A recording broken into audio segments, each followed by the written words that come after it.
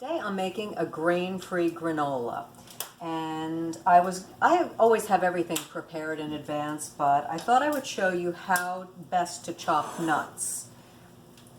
I want the walnuts, see, I've got a lot of seeds here, and I want the walnuts to be similar in size to the seeds. Obviously not as small as the seeds, but similar. So you hold the point of the knife down with the palm of your hand like this, keeping your fingers high and away from the blade, and then just rotate the handle like this. This is a real easy way to chop nuts or seeds, anything that garlic. I wouldn't, well, yeah, I could chop onions like this. And other thing, if you're chopping something, I'm going to show you when I do my pumpkin video, a trick for holding the cutting board a little bit steadier. I don't really need it today because this is not a big difficult to manage item, but if it was, what I would do is I'd have a dish towel beneath this to help hold it in place, and that keeps it from sliding around on the counter. But for just chopping nuts, that's easy enough. And these are about the size I want them to be. If you wanted to do this, you might want them smaller, but I want them to be about like that. So they're going into the bowl and onto the counter. I have measured out a 1/4 cup of sunflower seeds, 1/4 cup, and there's a cup of the walnuts, 1/4 cup of flaxseed, 1/4 cup of pumpkin seed, 1/4 cup of hemp hearts, and hemp hearts are peeled hemp shells. So these have lots of beautiful omegas in it, and they're really high in protein too. I have 1/8 of a cup of chia seed because a little bit of chia seed goes a long way. And I have a 1/2 cup of unsweetened shredded coconut. Now I'm going to stir all of these up.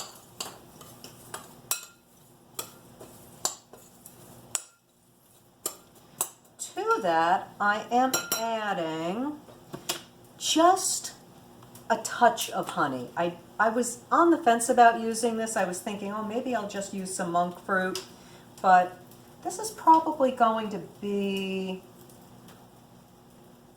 a tablespoon of honey. I melted 2 tablespoons of coconut oil. And I didn't grab my measuring spoons, but I want about a teaspoon. Looks like about a teaspoon of vanilla. I want enough salt so that I can taste it. So it's going to be under a teaspoon. Yeah, probably under 1/2 teaspoon. You can't tell, but this is a highly mineralized salt, so it has a hard time coming out of the holes. So it looks like, wow, she's using a lot of salt. I'm really not. I'm still putting the cap on the vanilla while I'm doing that. Now, I also didn't measure the cinnamon because cinnamon is something that I really love, and I want to look at it as I go along. So I'm thinking this is going to be at least a teaspoon of cinnamon.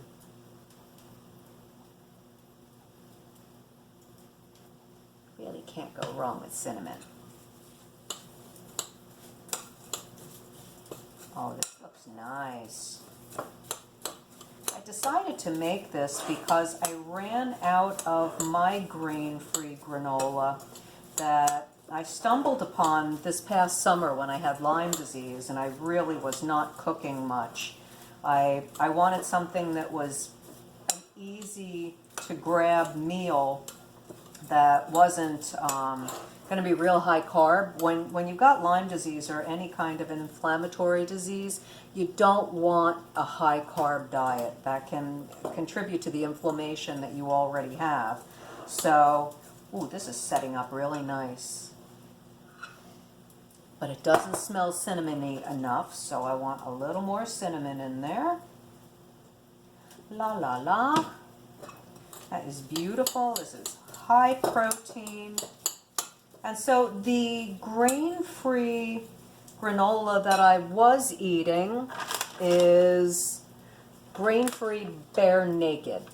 And it's really tasty, but it's probably a little too high in carbohydrates. 23 grams. So yeah, that's per 2/3 of a cup. I never eat that much. So for a third of a cup, it is 11 grams. But mine's going to be even lower than that because I do not use a lot of honey. Now this is going to hold together really nicely because of the chia seed. I have a little bit of almond flour over here if I feel like I need it, but I'm kind of thinking I don't. That's looking pretty good. I have preheated the oven to 325 degrees, and I have everything sitting on a tray that's covered with parchment paper. I really like to use the parchment paper because I don't like a big messy cleanup, and this is going to also stop it from sticking. So I want this stuff to clump together a little bit, and I'm going to press it down, and then I'm going to break it up. Oh, that's it. That's the ticket. There we go. This is what it looks like. Now it's going on to the tray.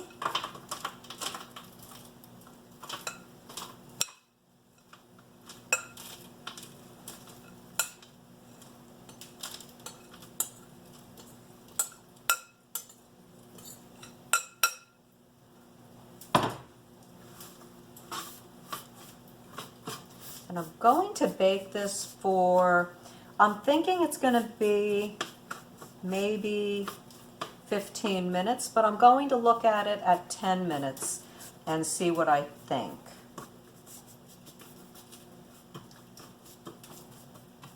And I will be back and I'll let you know how long it actually took.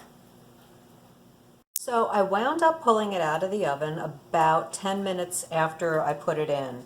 And I took it out 5 minutes, halfway through, 5 minutes in, and stirred the whole thing. And I've got these gorgeous, you can see how brown the walnuts are. They're really, that's a tasty looking little mix there. So let me ensure that it is a tasty mix.